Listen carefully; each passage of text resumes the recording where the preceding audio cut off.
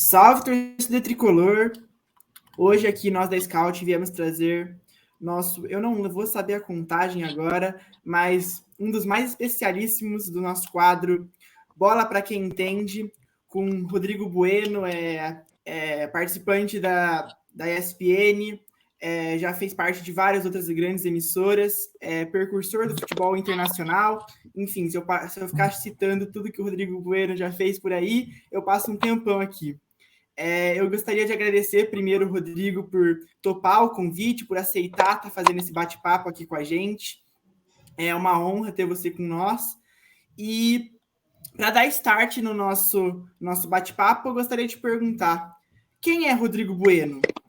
E o que fez Rodrigo Bueno se apaixonar pelo mundo esportivo, se apaixonar pelo futebol? Quando foi o start? Primeiro, quer dizer que é um prazer estar com vocês, agradeço o convite, né, devidamente autorizado pelos canais ESPN e Fox Sports, onde eu tenho a honra de trabalhar. Um abraço para você, Rafael, Esdras, Kevin, que me escreveu ali, fez o contato meio campo, e espero que a gente passe um tempo bacana aqui, que seja divertido, que todo mundo possa curtir, desfrutar desse tempo que a gente vai ficar junto. Olha, quem é Rodrigo Bueno, eu não tenho a menor ideia, cara. Eu tento me conhecer há um tempão, não sei, entendeu? Sinceramente, eu costumo brincar que eu não sou nem melhor nem pior que ninguém, sou apenas diferenciado, né? Eu ironizo muito com esse termo, diferenciado, mas, cara, quase que eu me entendo, desde que eu me entendo por gente, eu curto esporte. Eu cresci numa família que é muito esportiva, meu pai era técnico de um time de várzea, que era tinha um campinho na frente da minha casa, então desde os 4 anos que eu jogava futebol ali. A minha irmã fez educação física, né? Então também me colocava muito em contato com esporte, e eu cresci sabendo que eu queria trabalhar com isso, de alguma forma, né? Tive muitos anos em campo, jogando futebol de campo, futebol de salão, né? E tive a chance, a oportunidade, tinha a possibilidade de jogar profissionalmente. No salão eu joguei até profissionalmente, me federei pelo Paineiras, jogava por algumas empresas, tal. No campo fui até o São Paulo, joguei na base do São Paulo, mas aí eu fiz a opção de não parar com os estudos, de não largar a família, e já estava meio que encantado com jornalismo. E no jornalismo eu pretendia trabalhar com jornalismo esportivo, né? Então era uma união do que eu amava, que era o esporte, com uma atividade que eu sempre admirei, sempre curti, eu sempre gostei de escrever. E então acho que o futebol perdeu um craque, que eu jogava pra caramba. Hoje tá difícil. Mas o jornalismo ganhou um cara aí que não é dos melhores, mas que é diferenciado. Então, Rodrigo, boa noite. É um prazer tê-lo aqui conosco. A segunda pergunta aqui, dando continuidade nessa trajetória, né? A gente quer saber se tu sempre quis ser jornalista, sempre foi a primeira opção, se já quis seguir outras áreas, cursar outra coisa, etc. E se só foi jornalismo, qual foi a maior referência dentro da área? Então, quando eu estava no segundo colegial, que eu comecei a me interessar mais por jornalismo. Eu sempre gostei de escrever.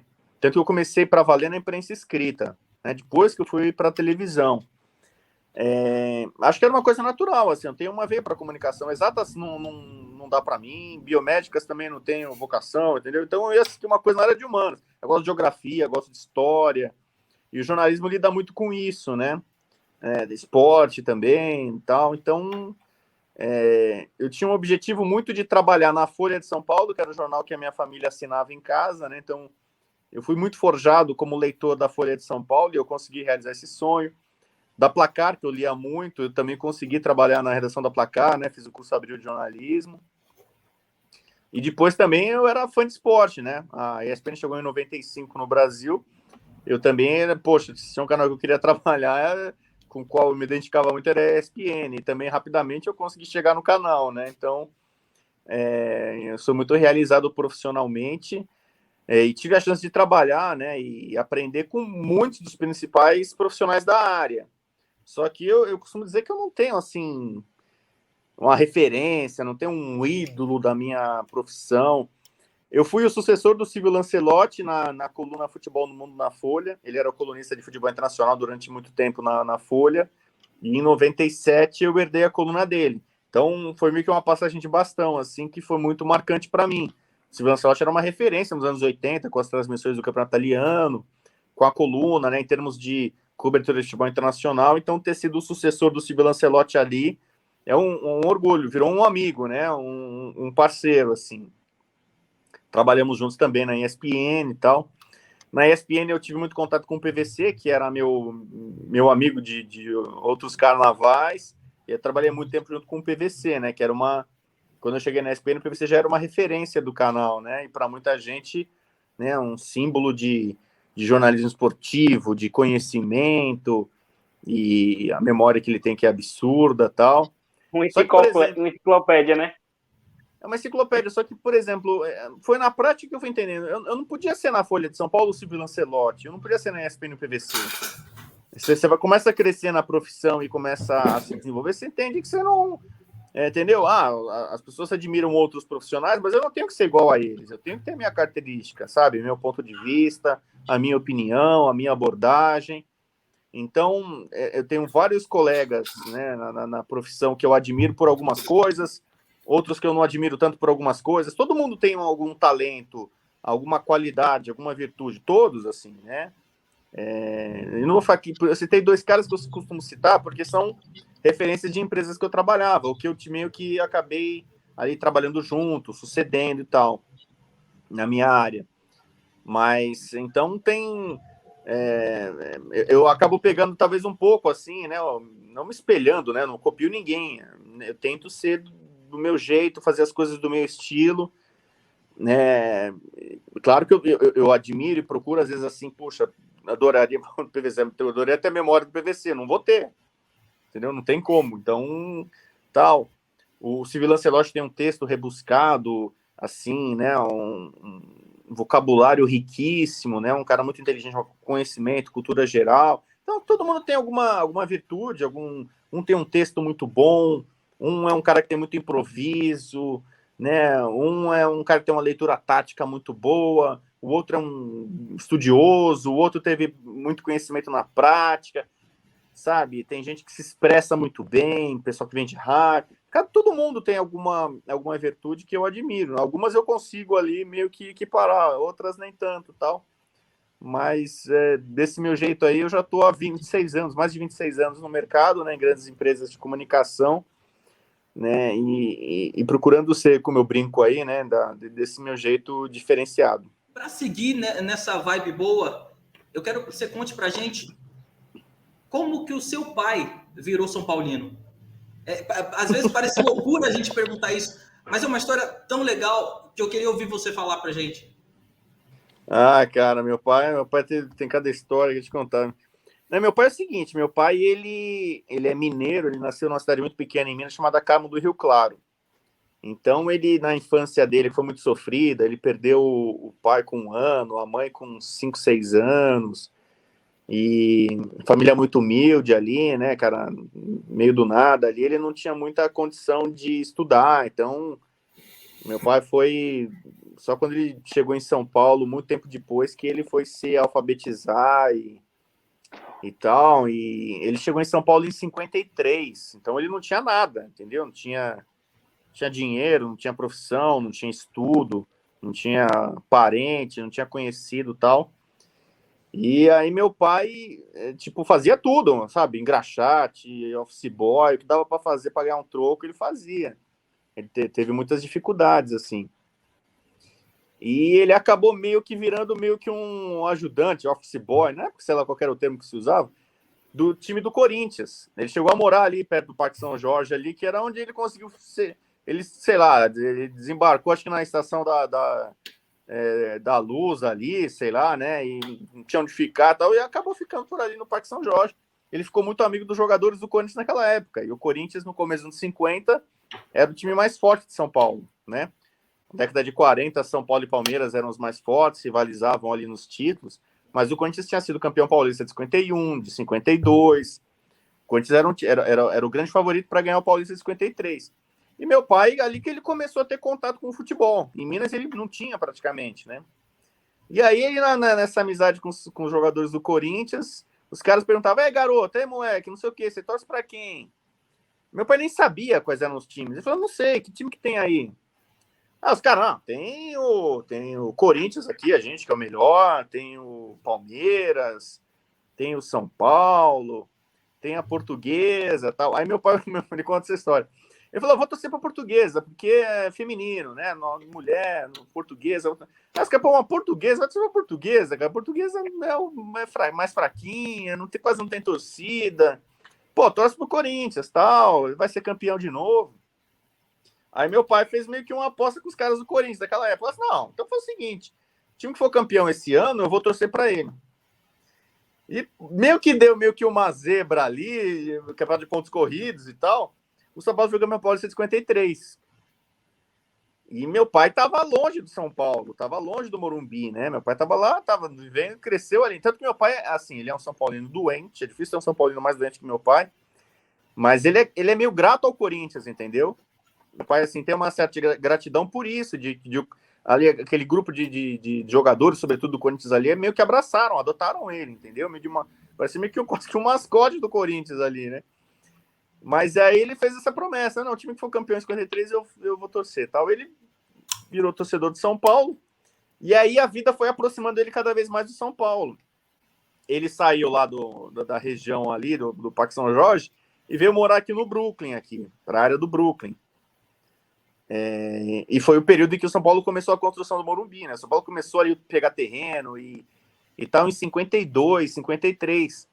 E aí o meu pai ficou fisicamente mais perto do São Paulo, né? E aí ele acompanhou toda a peregrinação, o parto que foi para construir o Morumbi, as histórias que ele conta, sei lá, dos caras vendendo carne paulistão, assim, o Roberto Dias, que é lenda do São Paulo dos anos 60, ajudava a vender carne. O pessoal acha que o Morumbi, assim, o pessoal fala, né? Não, porque o governador era São Paulino, não, o Natel foi lá e deu o Morumbi pro São Paulo. Cara, o São Paulo demorou 18 anos para fazer o estádio. Que não tem um governo que vai chegar e dar um estádio, cara. O São Paulo vendia cativa, até hoje tem corintiano, palmeirense, santista, todo mundo tem cativa. Para construir o Morumbi inteiro, foram mais de 10 anos, de 60 até 70. Então, foi um esforço hercúleo de muita gente para terminar o estádio, e faz festival para encher, para conseguir renda. Meu pai conviveu muito com o Canhoteiro, que era o grande até hoje, o maior ídolo São Paulino dele. Canhoteiro que bebia pra caramba. Meu pai viu ele na várzea, né? Jogava, né, com ele na várzea. Conta, né, que mais pro fim da carreira, né, as dificuldades que ele tinha, assim, né, com a vida, assim, meio que se perdeu.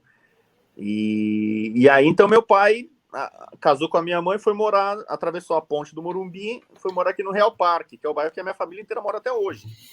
Então, um terreno que meu pai morou lá, que é onde eu cresci, aqui no Real Parque, meu apartamento é aqui, o apartamento da minha irmã é aqui, a casa do sobrado dos meus pais é aqui, então tudo a gente cresceu. E isso meu pai sofreu muito, né, naqueles 13 anos, sobretudo em que o São Paulo ficou sem ser campeão, entre 57 e 70. Ele ia muito em jogo do Santos para ver o Pelé, né? Mas sofrendo com o São Paulo. Meu pai passou a fase mais difícil ali, né? Acho que quase tão difícil quanto essa que a gente viveu aí nesses 9 anos aí, né? De fila e humilhações. Mas aí meu pai, né, começou a frequentar o Morumbi o tempo inteiro, né? Ele acompanhou praticamente já no bairro toda a construção do estádio, esse sofrimento, fase de vacas magras. Aí eu falo que eu sou pé quente, né? Que eu nasci no começo dos anos 70, e a partir dali o São Paulo deslanchou, né? Ganhar tudo. O primeiro jogo que meu pai me levou do São Paulo foi a semifinal do Brasileiro de 77. São Paulo e Operário 3-0.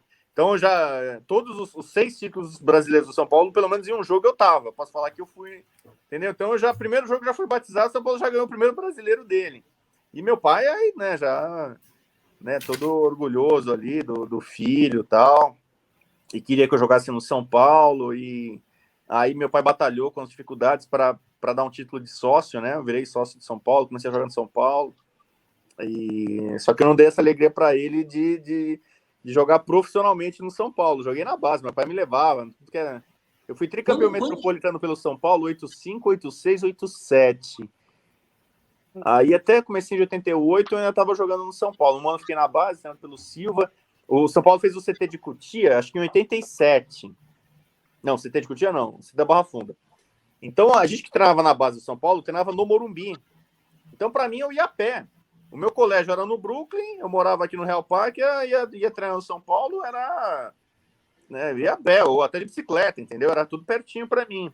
Quando o São Paulo faz o CT da Barra Funda e começa a levar tudo o treino para lá, meio que me complicou a vida, né? E ajudou nessa decisão de largar o futebol para ser jornalista. Mas o meu pai foi assim, então. Aí foi uma promessa para corintianos ali. O título de 53 fez o meu pai ser São Paulino. E até hoje aí. Meu pai chama Nestor, cara. E ele fez 84 anos, agora em maio, dia 14 de maio. Eu fiz uma surpresa para ele, que, pô, pareceu o Rodrigo Nestor no São Paulo, né? O meu nome com o nome do meu pai. O Rodrigo Nestor mandou uma camisa autografada, fez um vídeo todo bacana. Poxa, você que se chama Nestor, seu filho Rodrigo. Né? Até alguns colegas mandaram mensagem, né? O Lugano, que hoje trabalha comigo, né? O Silas e tal. Mas o até parecido Rodrigo Nestor foi muito legal. E meu pai tá aqui ainda, firme e forte, né? Não sei se vamos ver se daqui a pouco a gente consigo voltar com ele no estádio. Há muito tempo que eu não vou, né? Eu fiquei 9 anos no Rio de Janeiro, né? Mas espero ainda voltar a frequentar o Morumbi com ele. Ele tá sofrendo bastante, né? Daqui a pouco o São Paulo vai matar ele do coração. Mas ainda espero desfrutar do Morumbi com ele mais um bom tempo ainda. Cara, é muito louco, né? Porque você começou a citar caras que talvez fossem ídolos do seu pai. Você citou Silas aí. E hoje o jornalismo fez com que o seu pai pudesse receber alguma coisa do Silas. Isso é muito louco, né? E eu ia perguntar para você exatamente isso. Ele aceitou de boa você desistir do time que ele tanto amava para você seguir em outra carreira? De boa, acho que não. Assim, meu pai, assim, ele... Como meu pai não teve estudo, né? Ele não teve como estudar. Depois que ele, já com idade avançada, ele fez um supletivo, né? Para tentar melhorar algumas coisinhas, tá? Meu pai foi mecânico, foi metalúrgico, meu pai foi tudo, né? E ele queria dar para os filhos a melhor educação possível, né? Então, eu sou o único filho homem dele, né? Eu tenho 2 irmãs que são mais velhas. Então, sobretudo comigo, ele tinha um sonho de que eu fosse jogador, né? Claro, do São Paulo, né?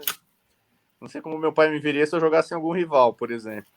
Mas se eu tivesse que partir para os estudos mesmo, tal, meu pai queria que eu fosse doutor. Então ele imaginava, tem que ser doutor, então é médico e advogado, né? Eu sei que você é bom na área jurídica.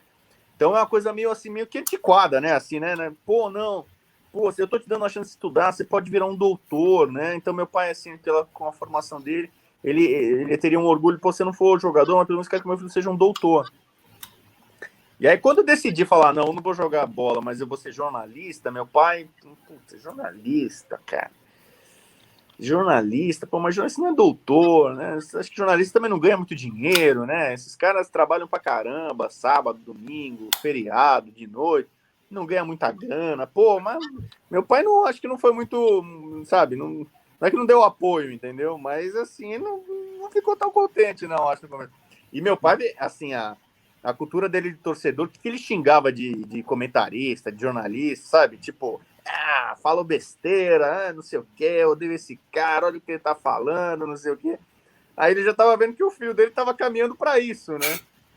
Então ele falou, pô, meu pai inteiro jogava pedra, pô, essa imprensa, vocês da imprensa tá falando, não sei o quê, só fala bem do Corinthians, fica metendo pau no meu São Paulo e tal. E meu pai era assim, cara, eu, por mais que eu seja São Paulino como meu pai, assim, mas assim, eu sempre tive uma visão muito distanciada do futebol. Então eu via times do Corinthians que eu gostava, eu elogiava, pô, o time do Corinthians é bom, o jogador do Palmeiras é bom, isso não sei o quê. E meu pai já é meio assim, né? Pô, mas você vai estar elogiando o Palmeiras, filho do Palmeiras da Parmalat? Eu falei, pô, o time é bom. Não vai falar aqui na minha casa, não pode falar bem, não sei o quê e tal. Não, aí ele fala, de vez em quando ele fala assim, não, mas eu gosto de discutir futebol. Eu discuto futebol, não, você discute o São Paulo, entendeu? Meu pai não tem muito saco, paciência para ver jogo que não é do São Paulo. Ele vê jogo do São Paulo e do Brasil. Do Brasil ele gosta de ver. Seleção brasileira. Meu pai ainda é aquele que torce com a seleção brasileira também. Mas assim, se eu tô em casa vendo o Real Madrid e Barcelona, meu pai não se interessa muito não, entendeu? Eu via futebol internacional dos anos 80. Meu pai, pô, você tá perdendo tempo aí vendo esses... Era o Milan do Gullit e Van Basten contra o Napoli do Maradona e do Careca. Não, você vai ver esse negócio aí, vai jogar bola, sai aqui domingo de manhã, sabe? Então, meu pai, a gente se adora e muito do que eu aprendi e comecei a gostar de futebol tem a ver dele, mas a gente tinha nossas diferenças arranca-rabo, né? Inclusive esse aqui, né? Eu torço pro Holanda, meu pai até hoje não admite, não entende, né? Como é que o filho pode torcer pro Holanda, né? Mas tá bom, né? Então, que bom que a gente se reencontrou, né? Depois de 9 anos, eu voltei para São Paulo em fevereiro e eu falei, pai, né? Eu já falei para ele antes, ele já sabia, você sabe que eu sou pé quente, né, pai? São Paulo tá na fila em 9 anos, é porque eu fui pro Rio de Janeiro. Eu voltei agora, São Paulo vai ser campeão, não deu outra, né? Eu voltei e falei, filho, eu não saio daqui e tal. Aí eu vou lá na casa do meu pai aqui, aí eu tô lá, o São Paulo ganha, né? Pô, filho, você é muito pé quente, eu acho que sou pé frio, eu dou azar, eu ligo, o São Paulo toma gol, esses caras não ganham de ninguém. Pô, mas com você, eu não sei o que acontece, o time ganha. Eu falei, tem até chefe meu na ESPN, São Paulino, que também tem já meio assim, acho que eu vou deixar você contratado porque você perto aqui dá certo, entendeu? Então é isso, assim, ele hoje já com idade bem avançada, né, meu pai ele tenta não acompanhar tanto, né, porque ele passa mal mesmo, entendeu? É questão de saúde, meu pai sofre muito, cara. Cada passe errado, ou esses passes, meu pai fica revoltado, com razão. Eu já cheguei a falar em programa recente que o São Paulo atual, assim, parece um time vertical para trás, cara. Os caras só tocam a bola para o lado e para trás. Os caras já dominam a bola. O corpo do jogador já tá para trás, já tá atrás do gol adversário. O cara já vai para tocar para trás. É um pouco, acho que, resquício do dinizismo, de procurar o Volpe, entendeu? Então, aí meu pai fica revoltado, cara. Às vezes os caras vão tocando, enfim, consegue lá uma troca de passes e o cara chega na linha de fundo. Aí chega lá o lateral, lá pode ser lá o Wellington da vida, Reinaldo, Galeano, Igor Vinícius. O cara olha, aí ele volta pro volante, o volante volta pro zagueiro, o zagueiro volta pro goleiro. Ai, cara, meu Deus do céu, sabe, não vai, entendeu? Meu pai quer matar a televisão, matar todo mundo. Aí eu tenho que ficar lá tentando acalmar ele, sabe? Então, é uma figuraça, assim, é um São Paulino raiz. Quando eu fui preparar a pergunta do seu pai, eu ia começar ela exatamente dizendo a frase: muitos dizem que o Muricy é o maior São Paulino vivo. Conte pra gente a verdade. Quem é o maior São Paulino vivo? Porque as histórias são visíveis, que ele sente de verdade. Cara, agora eu fiquei muito, muito interessado. Qual é a sua relação com a Holanda? É superior à com o Brasil? Você não tem o sentimento de torcedor do Brasil, é com a Holanda? Não, seleção de futebol, eu torço para a Holanda. Tem Holanda e Brasil na Copa do Mundo, eu torço para a Holanda. Eu comecei a gostar da Holanda em 87, né? Porque vendo o campeonato italiano, meus ídolos na época eram o Gullit e Van Basten, que nem um moleque hoje vai gostar do Messi, do Cristiano Ronaldo, do Neymar, do Lewandowski. Eu gostava de ver o Gullit e Van Basten, aquele time do Milan maravilhoso. Campeão 87, 88, sobretudo, né? E a galera queria muito ver o Napoli por causa do Maradona, do Careca. E São Paulino, né? Em tese eu deveria torcer pro Napoli por causa do Careca, mas eu gostava de ver o Gullit e Van Basten. Então, em 87, eu já tinha essa curiosidade, pô, queria ver a Holanda jogar, porque é o time que tem o Rijkaard, que tem o Gullit, que tem o Van Basten, que tem o Koeman, que hoje é o técnico do Barcelona. Falei, puta, a Holanda deve ser bem legal essa seleção, né? Eu chorei em 82 quando o Brasil perdeu. A única vez que eu chorei com futebol foi em 82 quando o Brasil perdeu da Itália. Ali, garoto, né? Assim, né? Romântico. Em 86 também sofri quando o Brasil perdeu a Copa, mas já não chorei, já sofri menos, mas sofri menos. Aí saiu o Tele ainda não tinha sido lenda do São Paulo, mas eu já como qualquer torcedor brasileiro, me encantava com o time do Tele na seleção. Não ganhou as Copas de 82 e 86, mas eram times legais, entendeu? O Zico era um ídolo que eu tinha de garoto. E aí o Zico sai da seleção, sai o Tele, sabe? Falcão. A seleção já perdeu muito do encanto para mim. E na medida em que a seleção brasileira ia perdendo o encanto para mim, eu ia despertando em mim o interesse pelo futebol internacional. Sabe? Eu cresci muito com meu pai, que meu pai falava assim, futebol é brasileiro, amigão. Na Europa os caras são tudo cintura dura, não sabem jogar bola, são só robozinho na parte tática, e Argentina e Uruguai só sabem dar pontapé, fazer cera, catimba e dar pontapé. Pô, mas eu vi, Maradona é bom pra caramba, entendeu? Platini é bom pra caramba, o Rummenigge, Boniek. Pô, eu Falei, não, tem jogador bom. O time da Itália 82 é um grande time, aprendi a respeitar o adversário. E vendo o campeonato italiano, eu via grandes jogadores e comecei essa veia em mim de futebol internacional que tem até hoje, né? E no meu trabalho é muito disso, né? Trabalho muito com futebol internacional. E aí foi o caminho que eu segui, né? A Holanda, em 88, foi campeã da Europa. Eu já vi a Eurocopa de 88 na Globo, torcendo para a Holanda, né? Não fui modinha, tipo, a Holanda ganha em 88, vou torcer para a Holanda. Eu já vi, porque eu já gostava do gol do Van Basten. Quando o Van Basten faz aquele golaço, né, na final contra o Dassaev na União Soviética, ali eu fiz um juramento para mim mesmo, entendeu? Que nem um moleque quando faz uma tatuagem, fez a tatuagem para sempre. Depois o cara pode até se arrepender, né? Mas ficou ali. Eu meio que tatuei simbolicamente ali, cara. Eu vou torcer para a Holanda, sei lá o que vai acontecer na minha vida, mas eu vou torcer para esse time até o fim. E de lá para cá eu tenho sofrido muito, viu, com a Holanda, cara. Ela dá alegrias, a história é legal, tem muito jogador bacana, mas eu não vi mais a Holanda ser campeã, né? Só em 88, aquela Eurocopa, de lá para cá, bate na trave muitas vezes, monta times sensacionais, não ganha. E continua aí torcendo para a Holanda, né? Virou um prazer, uma diversão. O Ajax acabou virando o meu principal time, o favorito fora do Brasil. Eu tenho simpatia, em geral, por times de tradição internacional. Então, assim, não que seja só seja sempre assim, mas tem mais ou menos uma regra. Então, eu sou Real Madrid na Espanha, sou Milan na Itália, sou Liverpool na Inglaterra, sou Ajax na Holanda e tal. E no Brasil, calhou de ser o São Paulo, né? Que ainda é o time com o maior número de títulos internacionais desse país.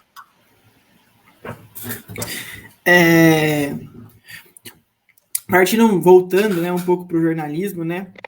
Dizem muito que o futebol em si é um ambiente meio sujo, um ambiente meio obscuro aí, é um ambiente podre. O mundo do jornalismo, ele é complicado assim ou ele é mais de boa? O que você acha sobre o mundo do jornalismo esportivo? Olha, eu concordo com a frase de que o mundo do futebol é muito sujo, né? E a gente vê no próprio São Paulo, né? Esses escândalos recentes de corrupção, já teve no passado, de novo agora. E quanta gente lesando o clube ou se aproveitando dele para ter vantagem financeira ou política. Tô falando só aqui do topo da pirâmide, né? Tem muita sujeira na base, sacanagem, empresário. Às vezes um cara que é talentoso não consegue espaço, o outro que tem lá uma costa quente, uma costa larga vai dando certo. Então, a gente que trabalha já há muito tempo como jornalista esportivo, a gente sabe de cada coisa de bastidor, algumas que a gente não pode falar ou publicar porque não tem prova, mas esse ambiente de futebol, de clube, sobretudo aí, CBF, federação, né? Nossa, o que tem de sujeira, sacanagem, podridão, realmente o ambiente do futebol é muito complicado. O ambiente do jornalismo não chega a ser nesse nível, entendeu? Não é bem assim, é diferente. Mas tem, como acho que em quase todo lugar, né? Tem também sacanagem, tem nepotismo, coleguismo, puxada de tapete, vaidade, gente que briga por escala, briga por viagem, sabe? Eu costumo dizer assim, né? O jornalista, né, assim, em geral, é muito vaidoso, né? Um ser muito vaidoso. Então, quem aparece mais, quem brilha mais, né? Acho que nem tanto a questão do salário, sabe? Esse cara ganha muito mais do que eu, mas, sabe, tem mais exposição, tem mais visibilidade. Por que escalaram ele, não me escalaram? Por que esse cara pegou essa vaga, não deram vaga para mim? Por que tal cara viajou e eu não? Sabe, então é um ambiente muito competitivo. É empresa, dinheiro, audiência, clique, like, né? Então tem muita disputa interna, assim, tem muitas rivalidades. Assim, eu conheço, né, de muita gente, muitos colegas, da gente próxima, assim, que vive muito nesse ambiente. Nem sempre é o mais sadio, o mais saudável. Mas acho que muitas empresas de várias áreas também tem isso, entendeu? É um ambiente relativamente restrito, né? Porque se você pensar a quantidade de profissionais de comunicação que se formam, né, e os que trabalham em grandes veículos de comunicação são relativamente poucos, né? É um grupo fechado, é um nicho, né, um ambiente muito pequeno, né? Da minha turma que se formou comigo de jornalismo, acho que só eu e mais dois que avançaram mais, assim, tô falando mais na área esportiva, né, assim. Então tem muita gente boa que acaba ficando pelo caminho, ou não conseguem trabalhar na área, ou tem gente boa também que trabalha na área e acaba sofrendo com esse ambiente que é meio, né, às vezes, não vou dizer nocivo, né, mas assim, esse ambiente de competição, né, então é lobo comendo lobo, sabe, tem muita fera, muito nome, muita grife, muito marketing às vezes, então ter sucesso, né, ou se desenvolver nessa carreira nem sempre é fácil.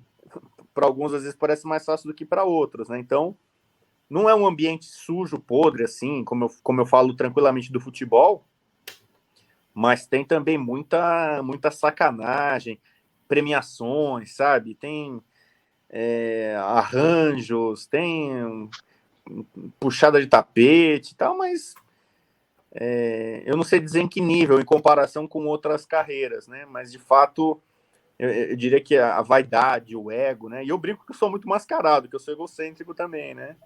Eu adoro jogador mascarado, técnico mascarado, gente que se acha e tal. E nessa profissão, como tem gente assim, viu? Tem gente que posa de humilde, né? Eu sou bonzinho, sou solidário, sou preocupado com determinadas causas, não sei o quê. E, olha, muito pula pirata, né? Aquele joguinho da facada nas costas, nossa, rasteira. Tem bastante, viu? Você tem que ficar sempre atento, porque, olha, realmente não é fácil, não. Ô Rodrigo, eu tenho duas perguntas. A primeira é se é difícil segurar a barra ali quando o São Paulo perde e tem que apresentar aquele programa quando acaba. Principalmente quando o São Paulo perde um jogo mais difícil. Eu vejo que a ESPN e a Fox agora fazem mais Libertadores e etc. Se é difícil de falar sobre a sensação de estar ali.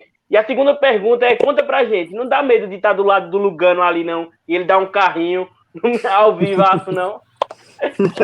Conta Não, pra gente aí.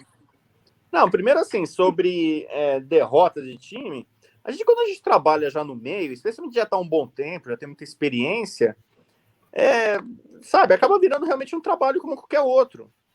Então você vai para um jogo lá, o time A ganhou, o time B ganhou, empatou, você vai ter que fazer a matéria do mesmo jeito, você vai ter que participar do programa do mesmo jeito. Então, assim, é claro que você torce, né? Todo jornalista, como qualquer profissional, tem o seu time de coração, você acaba torcendo. Então você tá mais feliz, né? Claro, seu time ganha, às vezes em jogo importante, alguma coisa, você tá mais feliz na sua vida geral. Se você vai jantar naquela noite, vai comer uma pizza, seu time ganhou, pô, a pizza é a mesma, né? Você pode comer mais feliz, ou a pizza não vai ficar ruim porque seu time perdeu. Ou você vai sair com a tua namorada no cinema, teu time ganhou, você vai mais alegre, você vai mais feliz. Mas você vai ver o filme do mesmo jeito se seu time perdeu, você vai namorar com a tua namorada do mesmo jeito, sabe? Então, acaba virando uma coisa meio que comum, trivial.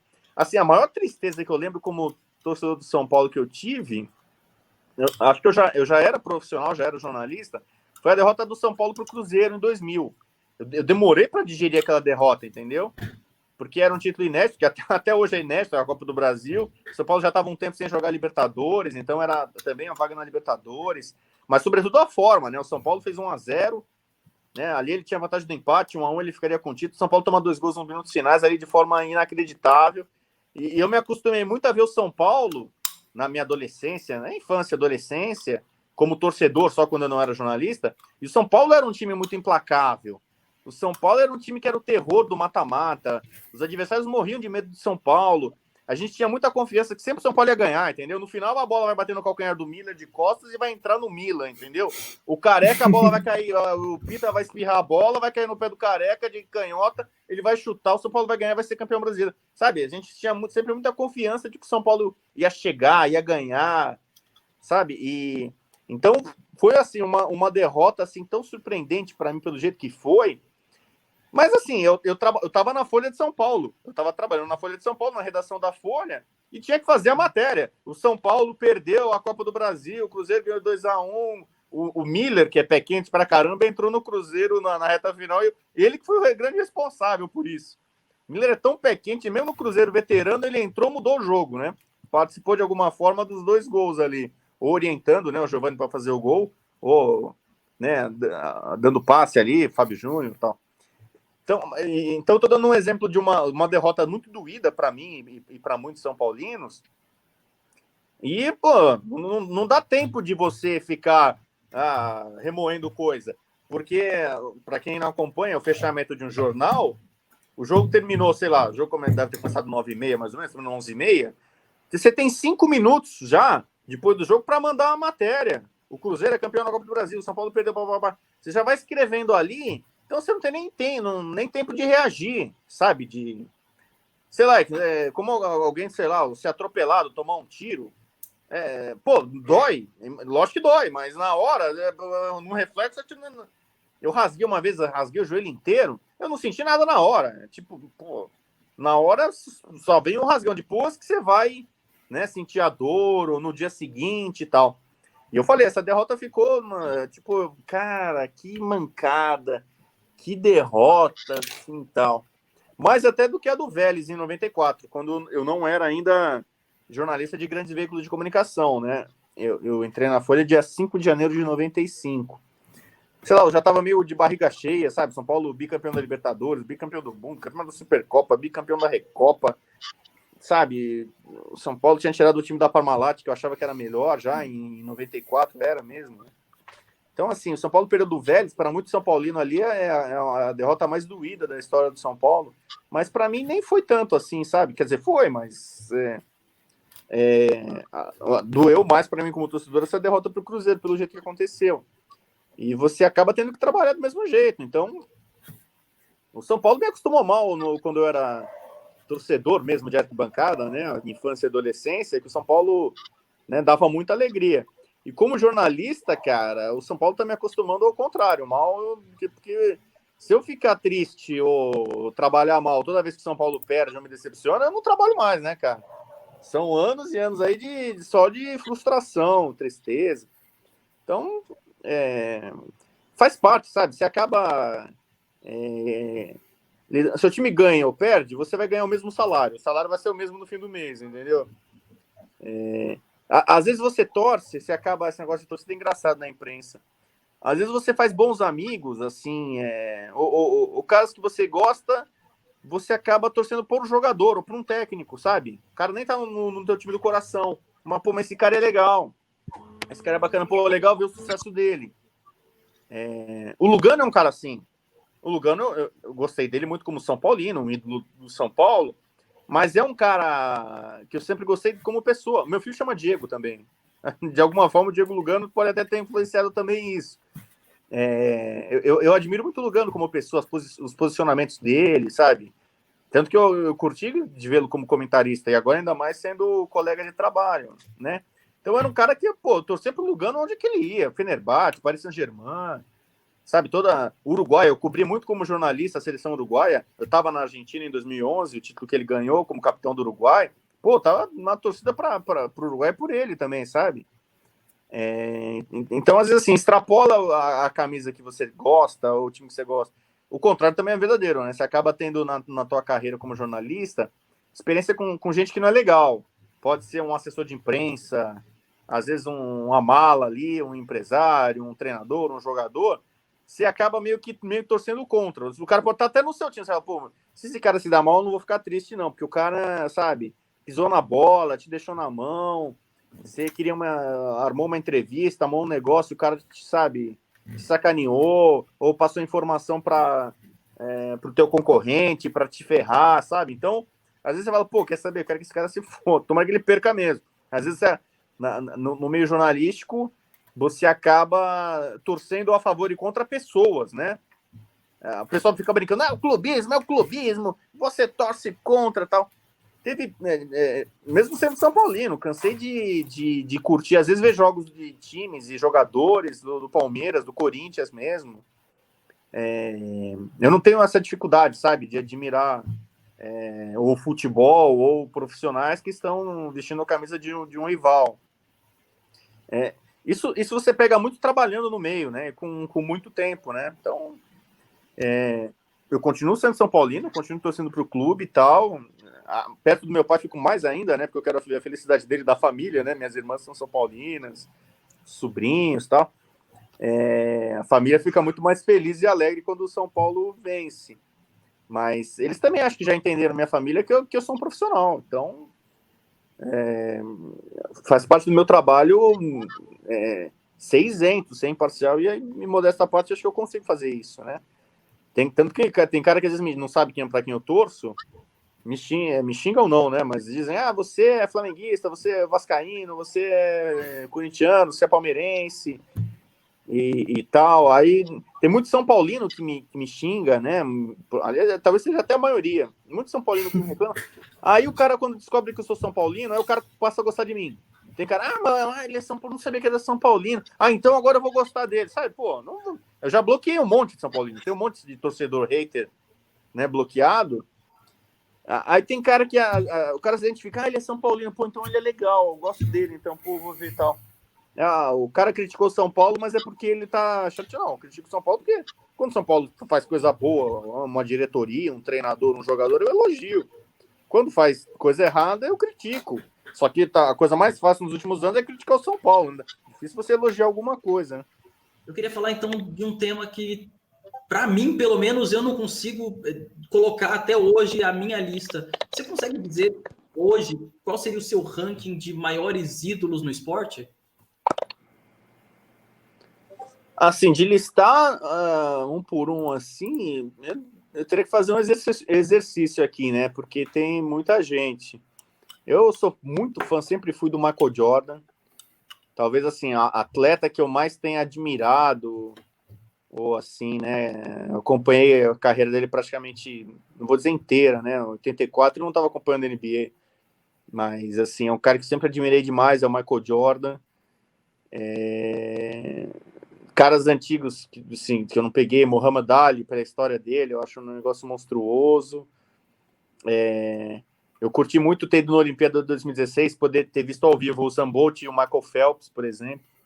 É um grande orgulho como amante do esporte, sabe? Eu vi o Bolt na minha frente correr 100 metros. Eu vi o Phelps nadar na minha frente na piscina, sabe? Por exemplo, eu queria ter visto o Federer. O Federer para 2016 eu não consegui. Então eu nunca vi o Guga, eu vi jogar tênis, mas assim, o Guga ele é um ídolo nacional, uma figura monstruosa no esporte, mas assim, eu tô falando assim do Olimpo dos caras. O Federer é maior do que o Guga, entendeu? Então eu gosto muito do que o Federer representou pro tênis, né? Eu gosto de ver o Nadal e o Djokovic, mas o Federer é um cara que representou bastante coisa assim. O Schumacher na Fórmula 1, eu cresci o Piquet era o cara que a gente torcia no Brasil, né, tal, né, mas assim, o Schumacher é um cara que a última vez que eu fui um GP de Fórmula 1 eu fui em 2008, o Schumacher arrebentou, ele não ganhou uma corrida, mas ele, nossa, arrebentou, então ter visto o Schumacher assim, eu acompanhei muito a carreira dele como piloto para mim. Agora tá essa discussão, né, do Hamilton, tá quebrando todos os recordes dele, né, eu tô torcendo pro Verstappen, né, para ser campeão, né? A Holanda nunca teve um campeão do mundo de Fórmula 1, vamos ver. Mas, sei lá, caras que Kelly Slater, que eu entrevistei o Tom Curran, que era chamado Pelé do surf, né? Isso foi em 95 pela Folha, no Mundial do Rio. E aí eu vi o Kelly Slater, cara, ganhar 10 mundiais de surf, então virou uma lenda. Cara, se eu pegar em cada modalidade, eu vou te falar quase que um cara assim que eu admiro muito. Agora, para te elencar aqui, entendeu? Michael Jordan. Eu não falei os caras do futebol, entendeu? Caras que eu babei muito, assim, Maradona, Van Basten, Gullit, que vocês já sabem que são meus ídolos, entendeu? Mais recentemente Messi, Cristiano Ronaldo, Zidane, tô falando de jogadores de futebol, né, dos que eu vi, assim, os que mais me encantaram, que mais me dão prazer de ver jogar, assim. Eu não vou conseguir te elencar aqui um ou tal, mas talvez, acho que o cara que eu mais admirei, que eu falava, cara, esse cara, acho que é o Michael Jordan, cara, eu tendo a acreditar, né, o pessoal vai falar, você fala assim, o Michael Jordan é o Pelé do basquete, cara. Eu sempre cresci assim, vendo assim, uma coisa assim, como o Michael Jordan é o maior de todos os atletas que já existiram, não importa a modalidade, sabe? O impacto, a influência. a mentalidade vencedora do cara, né? O cara de crescer em decisão. O cara, ele sempre jogou na melhor liga do mundo, né? No esporte dele. Sempre foi testado, exigido, cobrado e a resposta que o cara dava. Então, um cara que eu sempre via como um exemplo de excelência no esporte era ele. Pô, mas tô deixando gente de fora aqui que eu não citei, mas acho Não, que... eu ia te perguntar exatamente, você não tem ninguém no São Paulo que faz esse impacto com você? Não. Porque assim, o São Paulo, assim, é uma relação. O São Paulo é para mim mais ou menos assim. Primeiro, assim, é mesmo o time do meu bairro, né? Eu moro no Real Parque. Eu cresci vendo jogo no São Paulo, eu vou a pé. São Paulo é meio que minha segunda casa. O Morumbi, que fez aniversário no fim de semana, 61 anos. Enquanto tinha São Paulino que vinha lá de qualquer lugar, viajando, era uma peripécia para o Morumbi. Morumbi é do meu lado. Morumbi eu cresci jogando lá, respirando ali, frequentando ali quase que diariamente, não só em jogo. Então o Morumbi parece assim, o São Paulo é meio que o meu time do meu bairro, entendeu? E não deixa de ser uma verdade. E o São Paulo, quem o São Paulo teve? O São Paulo teve o Kaká, melhor do mundo. O Kaká não foi. Eu até tive no começo da carreira uma influência razoável na carreira do Kaká. E eu fui o primeiro cara na imprensa a botar o Kaká com K. Essa história é legal. O São Paulo ganhou aquele Rio-São Paulo, né, 2001, contra o Botafogo, que ele entrou, fez 2 gols e arrebentou. No dia seguinte, tinha um evento no Jockey Club e o Kaká estava presente. E me mandaram como repórter, pô, vai lá, vamos fazer uma matéria com esse garoto aí, o Kaká, que foi a sensação, São Paulo campeão do Rio-São Paulo. Aí ele foi lá, atendeu a imprensa, né? Tinha ele lá, uns outros garotos da base do São Paulo. E aí deu uma entrevista dele lá, ele ainda meio tímido assim, né? O Kaká tal, não estava se adaptando, né? A atender a imprensa. E aí eu saí ali na porta e estava esperando o táxi, né? Que eu ia voltar para a Folha. E ele estava ali dando os primeiros autógrafos dele, garotinho de tudo, né? O Kaká, né? Dando autógrafos para os menininhos ali e tal. E aí eu vi que ele estava dando autógrafo Kaká com K. Ele assinava, né? Kaká com K. E a camisa dele, para quem não lembra, era Kaká com C, quando ele começou no São Paulo.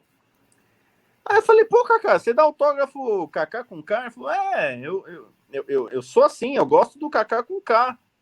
Eu falei, e por que você joga Kaká com C? Eu falei, eu pedi lá pro São Paulo, né, botar na minha camisa, né, Kaká com K, eles não deixaram, então botaram um Kaká com K e tal.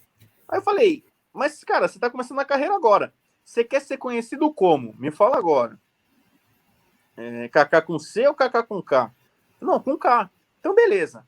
Aí eu cheguei no dia seguinte na Folha, eu quase que ignorei todas as respostas que ele tinha dado, eu fiz uma matéria na Folha, Kaká, né, com C, quer ser Kaká com K. E eu falando, eu pedi para o São Paulo não deixou. São Paulo, o diretor de futebol de São Paulo na época era o José Dias, que tinha a fama de nem sempre falar muito a verdade, dava umas despistadas e tal. Aí eu liguei para ele, seu Dias, o Kaká, essa nova revelação do São Paulo, garoto aí promissor, ele tá pedindo para ser Kaká com K. Não vai ser, imagina. A gente fala, tá no Brasil, a gente fala português. Que K com K? Tá pensando o quê? Tá se achando? Não, é Kaká com C e pronto. Aí eu liguei na época, acho que era na Pênalti, que fazia a camisa do São Paulo. Pô, tem problema? Não, a gente tenta atender o jogador, mas o clube, né? O clube que manda lá, como é que vai ser a camisa, a gente faz, mas se eles quiserem mudar, pra gente não tem problema nenhum mudar, tal. O Kaká, em 2 ou 3 semanas, virou um fenômeno. Aí teve um jogo no Nordeste de São Paulo, na Copa do Brasil. O cara da pênalti me passou a informação, olha, foi aprovada a camisa, ele vai ser agora, vai jogar Kaká e vai sair o C, vai entrar o K. Aí eu dei a notícia pro Kaká, pô, ele ficou grato pra caramba, poxa, obrigado que você levantou isso daí, né? E não sei se ele pensou muito na questão do marketing global, né? Porque ser mais conhecido o Kaká com K ia ser diferente. E aí o São Paulo meio que no começo estava, especialmente com o diretor José Dias, estava bloqueando isso, não sei o quê. Ele virou Cacazetes, todo mundo gritando Kaká. O cara virou tão grande ali que em questão de poucas semanas ele virou Kaká, tá? A primeira convocação do Kaká para a seleção júnior, na época, eu que dei para ele no CT em primeira mão, né? Eu fiquei sabendo, dei no meu celular para ser... Olha, você acabou de ser convocado. Ele, putão. Então, a minha relação com o Kaká no começo foi muito próxima, assim, né? Eu tendo uma interferência na carreira dele. Só que depois ele virou estrela, né? Foi pro Milan, virou estrela, mal me atendia. Eu queria entrevistar o Kaká, falar alguma coisa com ele, o Kaká mal, acho que me esqueceu, nem lembrava, né, tal. O assessor dele na época até fazia entrevista com outros caras, comigo raramente me atendia e tal. Aí eu falei, quer saber? Paciência, eu não sou muito de ficar bajulando, nunca, eu não tenho amigo jogador assim, nenhum, entendeu? Então o Kaká foi um cara que virou o melhor do mundo com o São Paulo, mas não tem. O Lugano, para mim, é um cara que, como São Paulino, é um cara muito, muito grande, assim. Eu aprendi muito como São Paulino a curtir o Lugano. Porque é um cara que não... Pô, o cara não trocava a camisa do São Paulo com ninguém, né? Pode ser qualquer time dele, Fenerbahçe, Uruguai. Ele dá tanto valor, ele veste com tanto amor a camisa que ele defende, que ele acha um desrespeito trocar, terminar o jogo, ele ir lá e trocar a camisa com o cara. Sabe? Então, o Lugano vestiu a camisa do São Paulo com tanto amor, eu, como São Paulino, me sentia... Até hoje me sinto, né? Muito bem representado por ele como torcedor. Mais que o Rogério Ceni. Assim, o Rogério Ceni tem outras questões ali e tal, mas assim, o Lugano, para mim, eu me sentia mais representado como São Paulino pelo Lugano do que pelo Rogério até. Tô falando de um cara que, para muita gente, é o maior ídolo da história do clube, né? Por tempo de casa, números e tal. Mas o Lugano, até falei, meu filho chama Diego, né? Deve ter uma influenciazinha ali um pouco, talvez, o Lugano, talvez.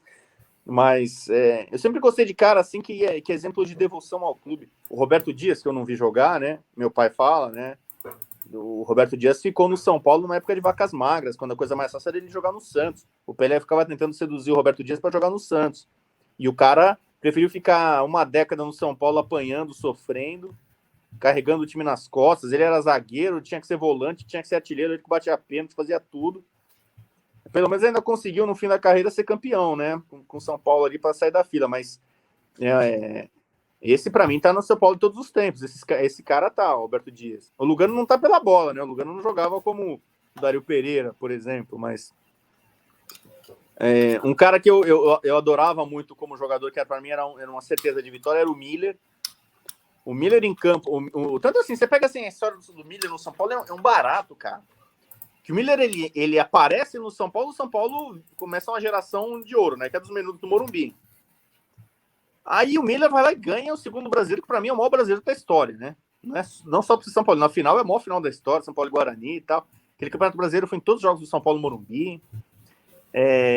Ele sai do São Paulo, o São Paulo não acha o centroavante. O São Paulo perde a final de 89 para o Vasco, do brasileiro, perde de 90 para o Corinthians, muito porque não tem um fazedor de gol. Jogava Ney, o pessoal brincava de Ney Van Basten, depois Eliel. Se tivesse o Miller ali, só o Miller, São Paulo tinha sido campeão brasileiro em 89 e 90. O Miller era muito pequeno, era a personificação do São Paulo vencedor. Ele volta na época do Tele, pô, o São Paulo ganha tudo.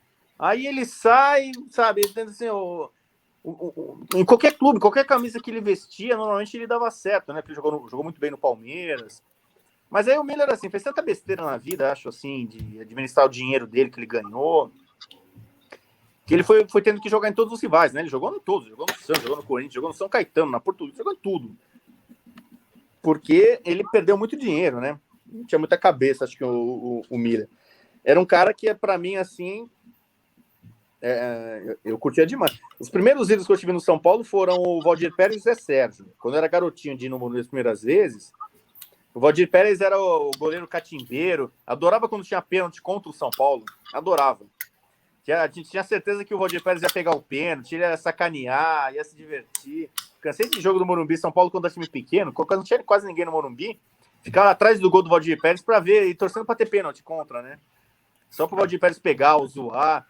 E o Zé Sérgio era demais, que era um dos jogadores do São Paulo na seleção brasileira, né? E o Zé Sérgio era um ponta esquerda muito habilidoso e driblador, mas que era destro. Então era demais. Ele pegava a bola, saia driblando todo mundo. Chegava na linha de fundo, ele não cruzava. Aí ele parava a bola e voltava até o meio campo driblando todo mundo de novo. Assim, pô, o Zé Sérgio foi uma fase espetacular no São Paulo. Assim, foi um dos meus primeiros ídolos. Acho que, claro, o Careca virou o grande símbolo ali daquele time campeão de 86, mas o Miller foi muito mais longevo, né? O Miller era menudo do Morumbi, era do São Paulo do Tele. O Miller foi o grande símbolo de vitória do São Paulo para mim, né? Mas assim, representatividade, assim, o Lugano marcou muito. Cadê esse time que vocês pegaram mais, assim, né? De 2005 para cá, o Lugano, acho que é o jogador que mais defendeu com alma, coração, coisa bem uruguaia mesmo, assim. Então eu tenho ele. Mas assim, não dá pra... Eu tava falando aqui do Michael Jordan, do Federer, entendeu? Do Bolt, do Michael Phelps. Vamos botar o Lugano aí, né? É um mundo à parte, entendeu? Para mim é como se fossem, né? Como eu te falei, né? O São Paulo, né? O time do bairro, né? O time aqui da casa. Ô, Rodrigo, depois você dá uma moral para ele e fala, ó, coloquei você do lado de Michael Jordan, de Phelps, tá vendo? Então, o Lugano, cara, é engraçado. O Lugano, eu tive alguns contatos com ele, assim, cobertura de Copa do Mundo, Copa América, mas com a seleção uruguaia, né? Eu tava no Mundial de 2005. Só que no Mundial de 2005 eu cobri mais o Liverpool e a FIFA. Dos 3 mundiais que o São Paulo ganhou, eu estava em 2. Em 92 eu estava, em 2005 eu estava. Só não estava em 93. Então, assim, em quase todos os grandes momentos do Lugano, eu estava presente. Ou com a seleção uruguaia, ou com o São Paulo. Só que ele mal vai lembrar, assim, porque eu não era setorista fixo do São Paulo, entendeu? Então eu estava ali, cobri e tal, blá, blá, blá, mas ele não lembrava de mim. Aí agora a gente se reencontrou como colega de trabalho e ele foi gentil, né? Porque ele não gosta muito de nem WhatsApp. Assim, manda o WhatsApp do Lugano, ele demora para responder, ele não não é muito ligado em mídia social, assim, sabe? Ele não curte muito esse negócio, não. Mas eu mandei a mensagem do meu pai, falei, meu pai vai fazer aniversário do Lugano. Não, vou mandar uma mensagem. Mandou uma mensagem linda, cara, maravilhosa a mensagem que ele mandou pro meu pai de aniversário. Então, hoje a gente tem uma relação, claro, muda, né? Quando você passa a ser colega de trabalho, né? A gente fez um programa recente que eu falei, Lugano, eu vou discordar de você. Ele já deu um carrinho em mim ali. Eu dei uma dividida com ele. Dividir com o Lugano não é fácil, né? Mas é de boa, cara. Ele é um cara inteligente, articulado. Né? Por isso, tem gente que fala assim, né? De São Paulino, poxa, eu não entendo muito bem o que o Lugano fala. Cara, eu prefiro ele falando desse jeito, e eu entendo tudo, né? O espanhol eu entendo. Porque, cara, ele não fala obviedades, cara. Ele quase sempre ele tem uma abordagem a falar coisas diferenciadas, como eu gosto de brincar, né? Tem muito comentarista que fala bem pra caramba, mas é mais do mesmo, né? Uma repetição, um show de mesmice, né? Ou de passada de pano. O Lugano também não afina no comentário, então também admiro ele já como comentarista. É impressionante como a leitura de jogo de defesa do Lugano. Ele comentou alguns jogos do São Paulo esse ano na Libertadores, e o que mais me impressionava era a leitura que ele fazia dos lances, sabe? É diferente, você não vê alguém comentando sobre a leitura defensiva dos zagueiros, é algo bem legal mesmo. Nossa, ele fez um elogio uma vez pro Miranda. Foi esse mesmo. Foi, cara, que você vê assim, como o Miranda acho que atrasou a passada para forçar o jogador a bater no gol, quase que sem ângulo, e perdeu o gol. Ele cortou a linha de passe, né, nesse lance. Mas assim, tava todo mundo criticando o São Paulo, porque a defesa do São Paulo, porque eu vou, não sei o quê. O Lugano fez elogio. Olha o Miranda, em vez de olhar pro atacante, ele olhou pro Miranda, olha como o Miranda induziu o atacante ao erro, né? De fato, ali, você vê, é o tipo de coisa que é de quem foi jogador e, sobretudo, zagueiro, né? Como ele enxerga o jogo. Cara, ficou uma coisa que eu fiquei na dúvida. Você falou que com o Rogério são outras questões. O que seria de diferente com ele? Cara, o Rogério, cara, eu peguei a vida inteira, né, no São Paulo. O Rogério, cheguei a jogar salão com ele no clube.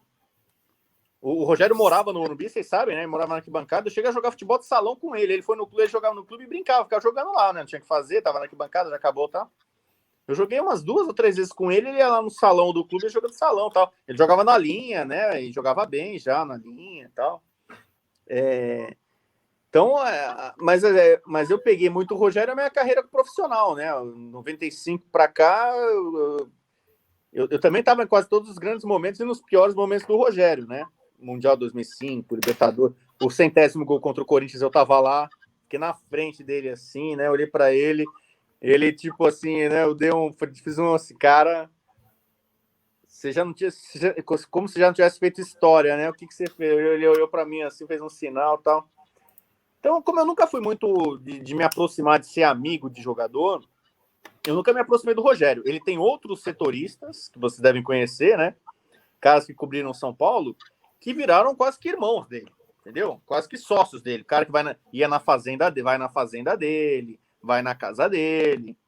Então o Rogério, ele se aproximou, ficou muito próximo de alguns jornalistas, sobretudo alguns jornalistas são paulinos, né? Que então tinha uma relação, até hoje tem uma relação assim, de trocar mensagem todo dia, conta aí, Rogério, blá, blá, blá, tal. Eu nunca quis essa aproximação com ninguém. Então não é o fato de ele ter sido goleiro, capitão, ídolo do São Paulo, que eu ia fazer isso. E o Rogério entendeu isso. A gente teve algumas diferenças. O Rogério odiava a Folha de São Paulo, que era o jornal que eu trabalhava. Porque a Folha fez algumas matérias críticas com ele, né? Algumas abordagens são matérias que ele achava que não era legal. Então o Rogério, na época que eu trabalhava na Folha, era difícil fazer entrevista com ele exclusiva, porque ele tinha uma versão ao jornal. Eu também, não quer dar entrevista, não dá. A Folha nunca vai deixar de ser crítica, e eu me orgulho do meu lado jornalístico mais do que o São Paulino. Eu sou jornalista da Folha, então, meu amigão, eu não vou falar bem de você ou vou parar de fazer matéria crítica porque eu sou São Paulino e trabalho na Folha. Não vai ser. Ele começou a me respeitar com o tempo, entendeu? A Folha fez uma vez uma matéria sobre camisas do Rogério. Eu não vou lembrar o ano exatamente que era, teria que procurar. Não sei se era por volta de 2000, mais ou menos. De que, assim, eu falei do Lugano, que o Lugano, a camisa do São Paulo, ele não trocava com o adversário. O Rogério sempre meio que teve um tino mais comercial, de negociar mesmo a camisa, com a pênalti, sabe? Então, aquelas camisas especiais, e aí, sabe, vende a camisa, negocia a camisa. Então, a camisa do São Paulo, eu dei um exemplo aqui, assim como pro Lugano era uma coisa meio que sagrada, é intocável, eu não dou pro meu adversário, o Rogério sempre teve uma visão mais comercial, mais mercadológica, o marketing e tal. Então, não é que seja uma mas tem uma matéria sobre essa na Folha. Acho que, se eu não me engano, quem fez foi o Ricardo Perrone e Tony Assis, com grandes companheiros que eu tive na Folha, se eu não me engano.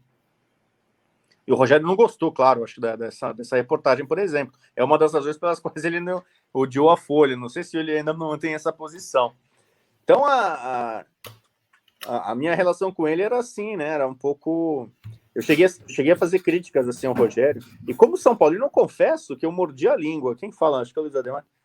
Teve assim, conversa de São Paulo, que eu falei, cara, teve momentos em 2004 ali, que eu falei, cara, eu acho que São Paulo nunca vai ganhar algo importante com o Rogério, assim, sabe? Eu já cheguei a cometer essa atrocidade, essa burrice como São Paulino. Eu cheguei a acreditar nisso, falei assim, cara, talvez a liderança do Rogério não seja tão positiva, né? Ele ficou grande demais no clube.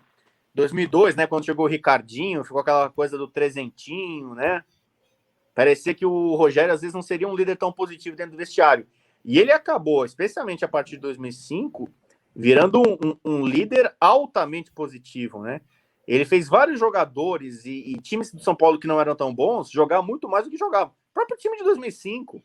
Se olha a escalação do São Paulo campeão do mundo, cara, sabe, tem muita gente que você fala, você pode discutir ali, o time funcionava. Depois o time foi tricampeão brasileiro, o Rogério teve um papel fundamental quase tanto quanto o Muricy, como se fosse um técnico em campo, sabe? A liderança dele, melhorando o sistema defensivo, melhorando jogadores que não eram tudo isso, sabe? Não vou ficar citando nomes aqui, mas eu posso até citar, sim, mas o Rogério como jogador me fez mudar a cabeça, todo como São Paulino aqui, né? Mas assim, ele não tá entre meus grandes ídolos do São Paulo. Eu citei aqui, cara, tipo, de Valdir Pérez até Lugano. O Rogério não está como São Paulino entre os meus jogadores ídolos, assim, dos maiores, entendeu? Tem outros caras que, por uma razão ou outra, me fizeram ter mais orgulho do time, me identificar mais. Dando início aqui à nossa última rodada, acho que de perguntas do nosso bate-papo com o Rodrigo. Pesquisando sobre você, sobre história, a gente achou um momento bem legal. Queria que você falasse sobre uma história do Mundial de 92, que aconteceu no final do jogo ali. Então, no Mundial de 92 eu fui 90% como torcedor, só 10% como jornalista, né? quem era sócio, eu já tinha jogado no São Paulo, tinha contato ali, tinha agência de turismo que estava facilitando, né? Uns pacotes e tal. O meu pai tinha ficado desempregado, né, depois de 25 anos trabalhando numa empresa, meu pai está desempregado, meu pai estava bem triste e tal. E a gente fez um esforço, fui com meu pai, né? São Paulo, primeiro mundial, era uma forma de tentar né, dar uma revigorada no meu pai, que estava muito mal e tal, e vamos nessa tal, partimos. Eu tentando fazer na época freela, eu estava na faculdade de jornalismo, né, fazendo freela para revista de musculação, de educação física, preparação física do São Paulo, qualquer coisa para ganhar escrever no jornal de bairro, para ganhar um troco, né, para ajudar a pagar a viagem, né, e tal. E aí eu fui e tal, eu fui uma semana antes, o São Paulo foi antes, uma preparação legal, né, o São Paulo chegou bem antes que o Barcelona. Então eu fiquei fazendo um tour ali com... Eu me aproximei mais da família do Raí, né? A esposa do Raí na época, né? Foi com a gente. Eu assisti o jogo no estádio, do lado do Raimar, né? O Raimar estava do meu lado. Quem estava acima de mim era na tribuna em cima, era o Edivaldo. Vocês não vão lembrar, o Edivaldo foi um grande ponta esquerda do São Paulo, campeão paulista de 89, 87, fez um gol na final contra o Corinthians. Infelizmente, pouco depois ele morreu no acidente de carro. Então eu tava ali, num grupo aí e tal. E aí o jogo rolando ali, né? A gente ali do grupinho de São Paulinos ali e tal, né? Tudo na torcida, jogão, né? O São Paulo fez 2-1 de virada, mas quem vê o jogo de novo, São Paulo podia ter feito 3-4-1. São Paulo é disparado o Mundial em que o São Paulo jogou melhor. Acho que é o único Mundial que, de fato, assim, o São Paulo foi incontestavelmente superior ao adversário. Segundo tempo, na parte física, então, o São Paulo voou, cara. Cafu voando para cima, cara. O Cafu tava dando pena do Barcelona, assim, sabe? 2-1 acabou ficando barato. Então já meio, cara, tava na cara ali que o São Paulo já ia ser campeão e tal. Aí faltando, acho que uns 2 minutos para acabar o jogo, né? Já todo mundo certo que o São Paulo ia ser campeão. Né? Eu pensei em invadir o campo, né? Vocês não vão conhecer o Estádio Nacional de Tóquio, que hoje a final é em Yokohama, né? São Paulo em 2005 foi campeão no estádio de Yokohama. Embora ele tenha jogado, para quem não lembra, a semifinal São Paulo e Al-Ittihad em 2005 foi no Estádio Nacional. Para mim foi muito legal voltar a ver um jogo ali. Eu tava vendo o São Paulo e Al-Ittihad, que foi sofrido, um frio danado. Mas aí, o Estádio Nacional, assim, ele não tem divisória, assim, quer dizer, uma muretinha até o campo. Então, para invadir é muito fácil, sabe? Você dá um pulo assim, que é um pulo 1,5 metro, não sei. Só que o Japão não tem cultura, nunca tinha tido invasão de campo, ninguém tinha visto isso. O povo japonês é muito educado, né? Cumpridor das regras e tal.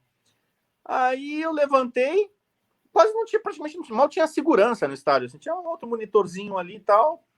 Aí eu levantei, comecei a me aproximar da beirada do campo, assim, da mureta. Aí eu olhei ali no relógio ali, falei 1 minuto, falei, vou pular aqui. Aí eu pulei a mureta, aí na hora que eu olhei para cima, aí um monitorzinho lá, um japonês lá, um guardinha, começou meio que dar uma pitada lá, e o cara pulou e tal.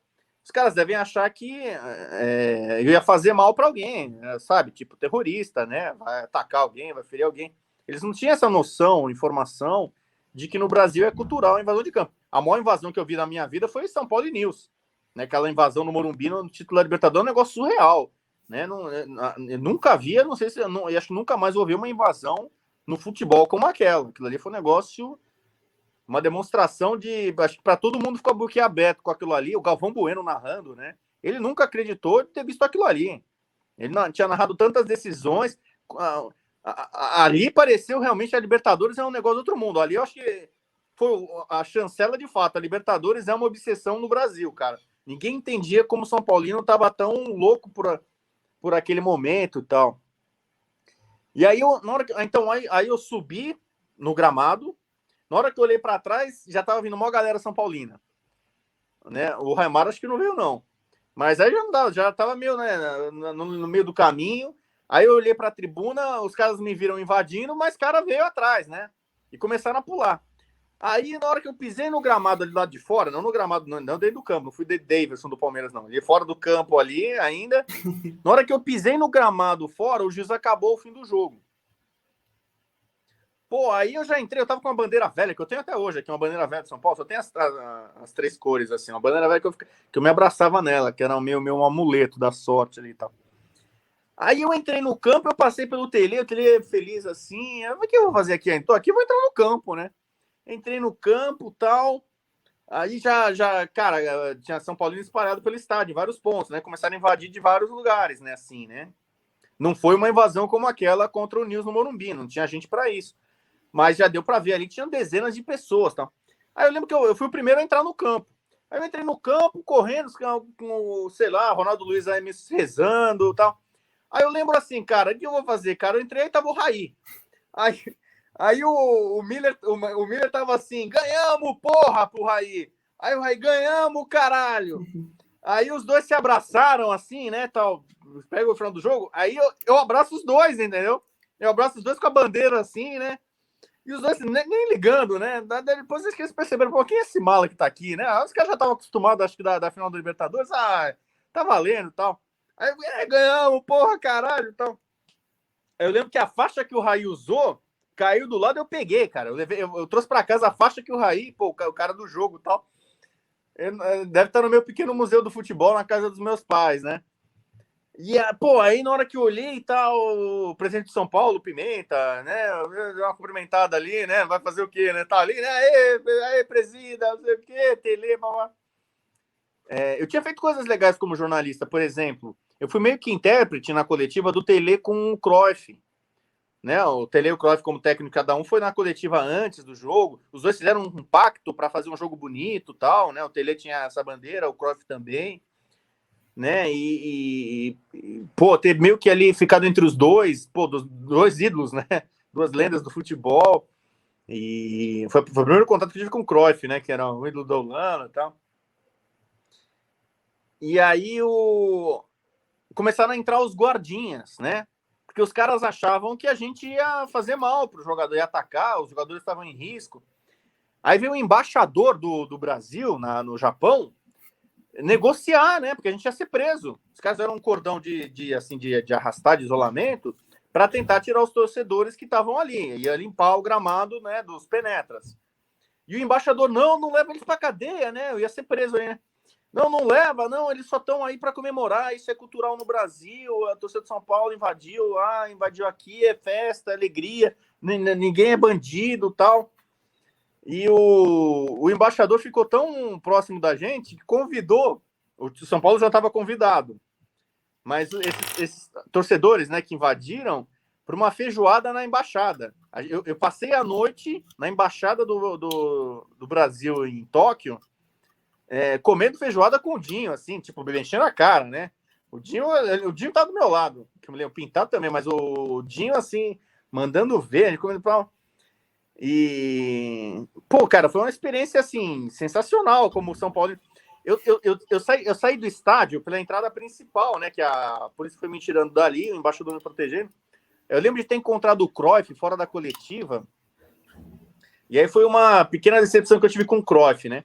O Cruyff deu uma frase para a imprensa brasileira, o Mário Magalhães era o repórter que cobria o São Paulo para a Folha, que fomos atropelados por uma Ferrari, né? Tipo assim, o Cruyff reconhecendo que o São Paulo foi melhor, falou assim, cara, se é para ser atropelado, que seja para uma Ferrari. O Barcelona do Cruyff tinha tomado 4-1 do São Paulo no Teresa Herrera no meio do ano. Então, assim, o São Paulo tinha amassado o Barcelona já no meio do ano, né? Então o Cruyff sabia, o Guardiola jogou nesse jogo. O Guardiola até hoje, ele... Cara, é impressionante como o São Paulo do Tele é subestimado por boa parte das pessoas. O Guardiola, que hoje é assumidado, não? O Guardiola paga a pau pro São Paulo, ele elogia o São Paulo como pouco time no mundo, entendeu? O Guardiola enfrentou o São Paulo e foi engolido, né? Então, o Cruyff chegou para alguns jornalistas da Catalunha, eram espanhóis, mas dava para perceber, claro, né? O cara que cobre o Barcelona no dia a dia. Então, o Cruyff, para a imprensa em geral, para o mundo, ele falou, cara, se é para ser atropelado, que seja para uma Ferrari. Esse time de São Paulo é uma Ferrari. Fomos atropelados, né? Todo mundo falou, cara, que legal, né? O Cruyff reconhecendo o valor do São Paulo e tal. Mas aí teve uma entrevista, assim, que ele estava dando, assim, logo na saída, já estava indo embora o Barcelona, chegou um jornalista catalão, pô, e aí, cara, como é que você viu o jogo, tal, da derrota? Aí ele falou, cara, assim, tipo, futebol é assim, a gente tomou um gol de barriga e um gol de falta, certo? Tipo assim, que nunca mais vai acontecer, sabe? Do tipo assim, deu uma jogamos e tomamos um gol de barriga e um gol de falta lá, que sei lá como que aconteceu, entendeu? Visivelmente ali era um jornalista mais próximo dele, catalão, e ele, né, tipo assim, coisa do futebol, acontece, né? Mas pro mundo ele deu uma entrevista muito elogiosa do São Paulo, mas deu para ver assim que, pô, para aquele jogador, pô, fala aí, né? Elogia o São Paulo também, mas ele tava falando com um cara da cobra o Barcelona e deu um viés um pouquinho diferente ali. Bom, para mim foi uma experiência maravilhosa como torcedor, né? Como São Paulino, você vê seu time ser campeão do mundo, primeira vez ali em loco, poucos São Paulinos têm esse privilégio, né? O cara pode ter visto o São Paulo, como eu vi, né? Em 2005 no estádio, com o Menon. Meu grande abraço no Menon em 2005. Ali era o contrário, ali era 90% jornalista, 10% torcedor, né? Mas ter estado em 92 ali no primeiro título mundial de São Paulo é um privilégio como São Paulino. E como jornalista, ajudou na minha formação. Eu escrevi muito sobre isso depois, em revistas ou na mesma faculdade, sobre a experiência. Meu professor, Luiz Carlos Ramos, que é São Paulino, na época, me deu todo incentivo, né? Ele cobriu esse Mundial. Eu encontrei meu professor de jornalismo lá, cara. Então, trocando figurinha, participando de coletiva. Foi a primeira experiência que eu tive, assim, com um jogo grande, com personagens grandes. Então, foi uma boa aula de jornalismo que eu tive ali. E, né, uma alegria... Né? Engraçado, né? Naquela época eu falei, cara, o São Paulo foi campeão do mundo, não precisa mais nada, sabe? Chegou no topo, uma sensação assim que o pessoal foi ter depois, negócio de soberano, entendeu? Eu tive essa sensação em 92, não precisa fazer mais nada, cara. O São Paulo é campeão do mundo, é uma coisa que na época era impensável, inacreditável, assim. Barcelona do Cruyff, Dream Team, né? Pô, aí o São Paulo repete tudo no ano seguinte, e aí passa relativamente pouco tempo, né, para ser campeão do mundo, né? O São Paulo foi 3 vezes campeão do mundo em 13 anos. Olha que loucura, cara. No intervalo de 13 anos, o São Paulo ganhou 3 mundiais, cara. Pô, aí, sabe, em 2005 eu falei, cara, é muito... Ser São Paulino é muito fácil, cara. É bom demais, cara. Olha, cara, meu Deus, cara. Aí você fala, acabou, né? Chega, né? Não tem mais nada para fazer, né? Pode... Eu, como São Paulino ali em 2005 ainda, eu falei, cara... Não precisa ganhar mais nada, pode ficar o resto da vida sem ganhar nada e tal. Aí o São Paulo ganha 3 brasileiros seguidos, que até hoje é inédito. E eu acho que vai continuar sendo, porque eu acho que o Galo vai ser campeão, esse ano vai ser o Flamengo. Pô, aí ganha em 2008 o Tri Brasileiro. Cara, quando eu acho assim, como São Paulino, que tipo, já deu, não precisa fazer mais nada, o São Paulo vai e consegue fazer uma coisa mais legal ainda, então. E aí, não sei se eu tô sendo castigado, né? Tanto que eu falei assim, não precisa ganhar mais nada, que aí tá nessa draga aí. Mas tá bom, tá passando. Eu já voltei para São Paulo, já ajudei a ganhar um título aí, já pelo menos sair da fila.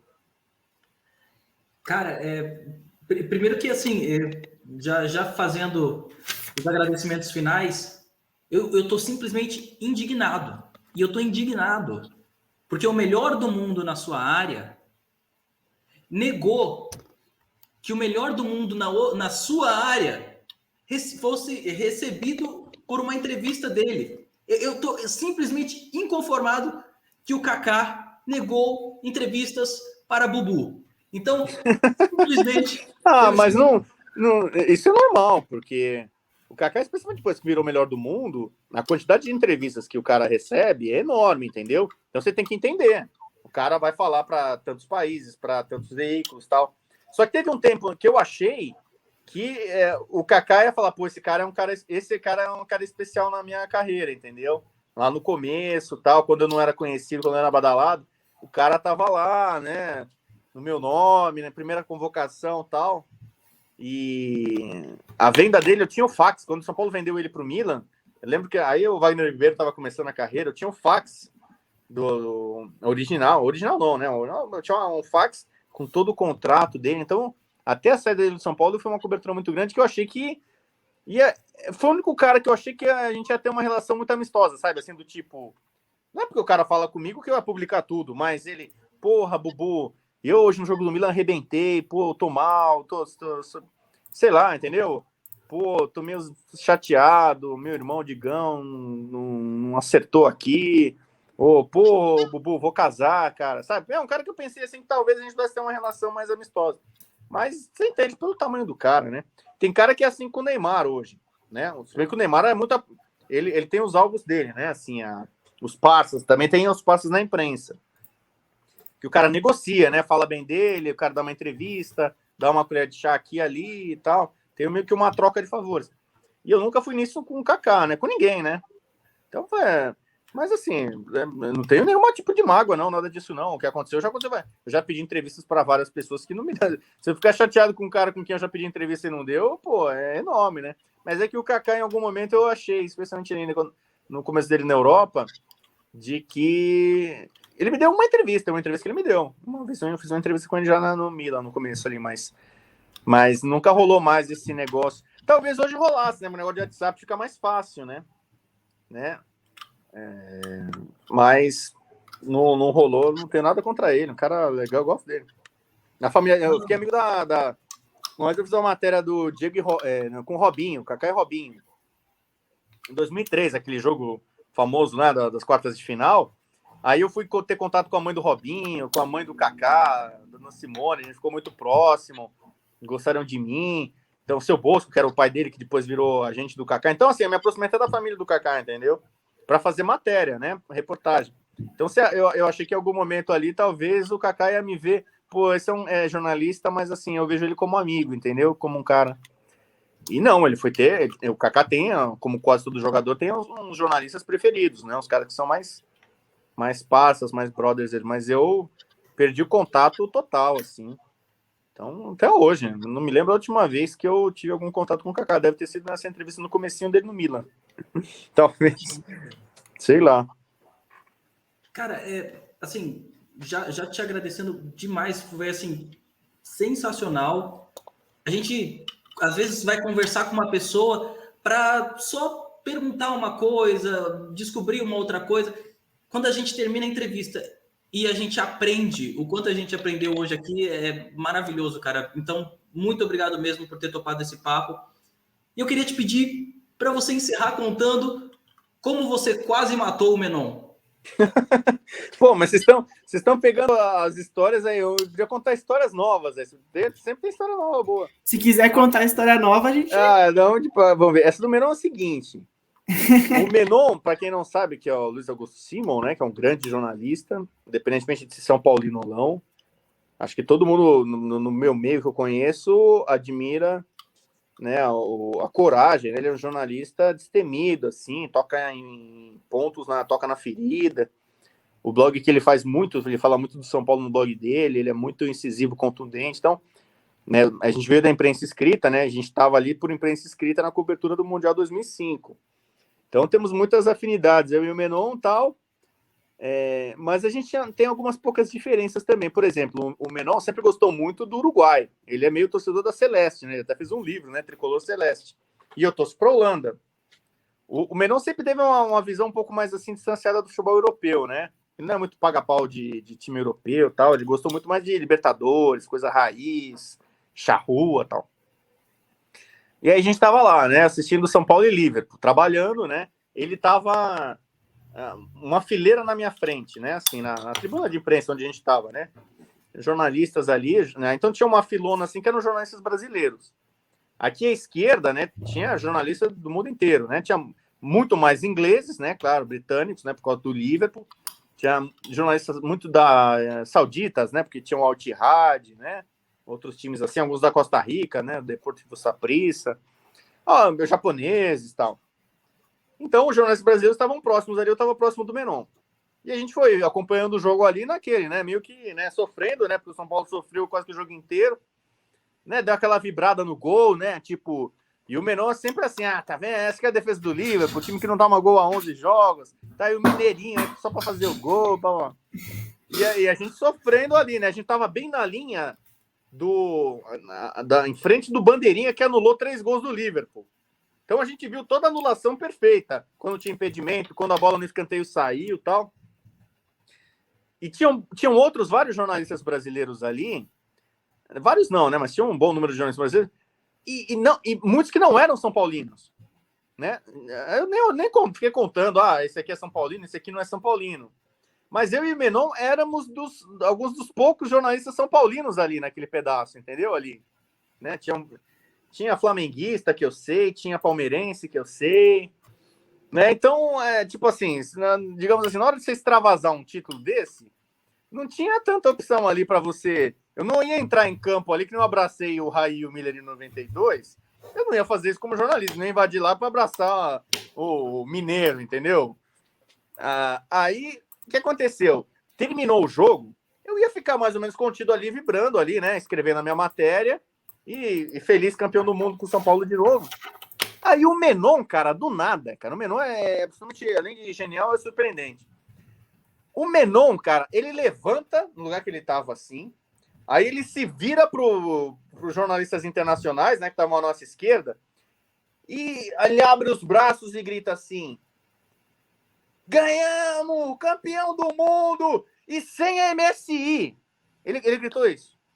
Ganhamos, porra, começou a berrar lá, se emocionar lá, ganhamos, porra, e sem MSI. Porque lembra, em 2005, quando a gente tinha feito o contrato com a MSI, em 2004, né? E ficou aquela badalação no Brasil, antes da MSI, do Tevez, do Mascherano, que o São Paulo enfiou 5-1, né? São Paulo demitiu o Passarella no Pacaembu, tava nesse jogo também. Essa aí tem uma história legal com o Neto.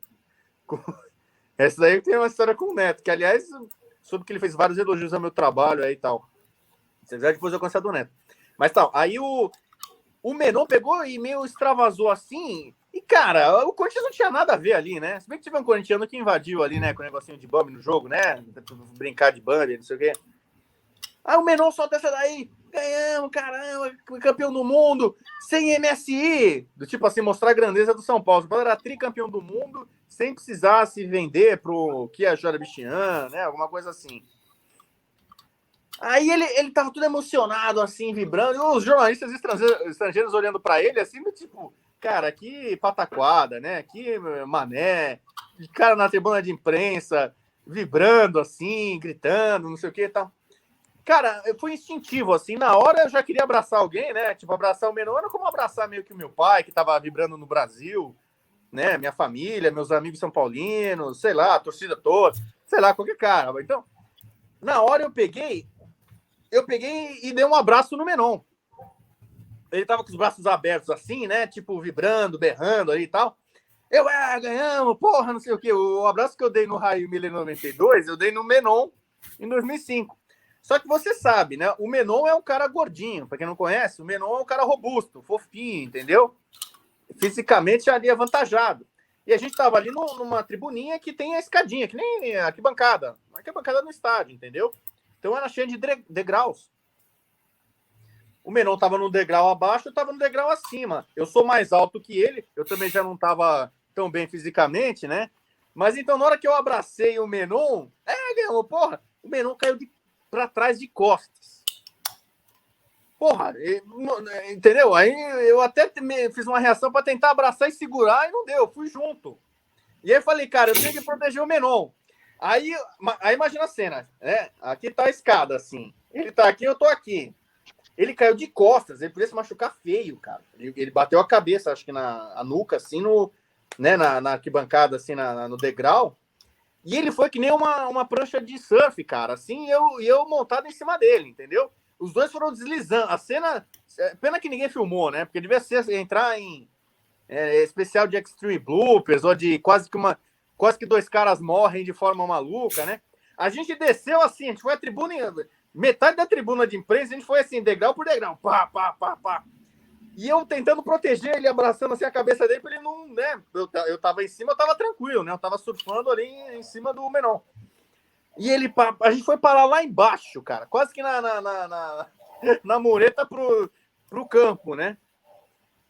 Pô, aí Menon, você tá vivo? Menon, você tá vivo? Tal. E ele fechou o olho, ele tava com ele fechado. Eu falei, cara, eu matei o Menon, né, cara? Meu Deus, cara.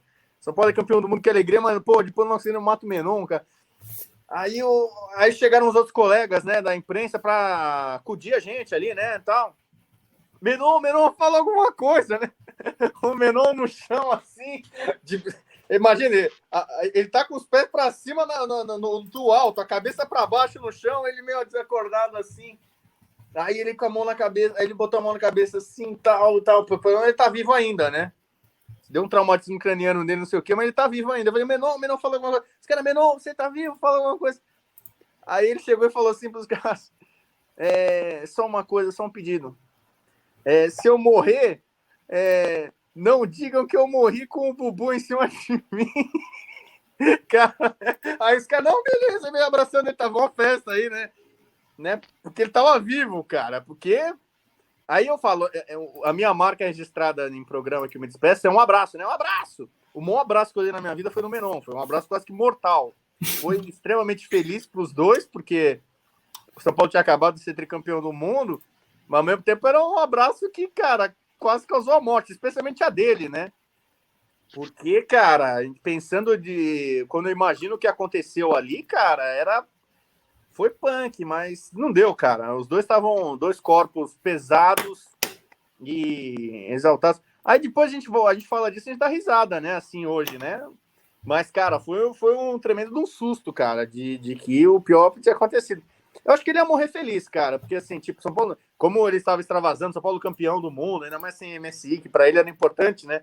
Ser campeão do mundo sem MSI, e ele só não queria que a morte fosse divulgada como, tipo, morreu porque o Bubu deu um abraço nele, entendeu? Era a única preocupação dele, era limpar essa imagem.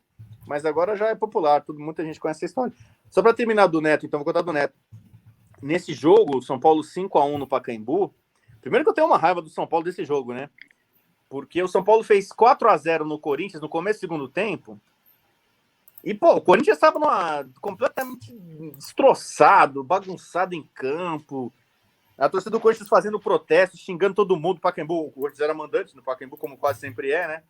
O Corinthians quase sempre tinha mais torcida ali e tal. Ameaçando invadir o campo, batendo no jogador, os caras do Corinthians morrendo de medo. O Betão tava pedindo pro São Paulo tirar o pé, aliviar. Pô, já ganhou o jogo 4-0.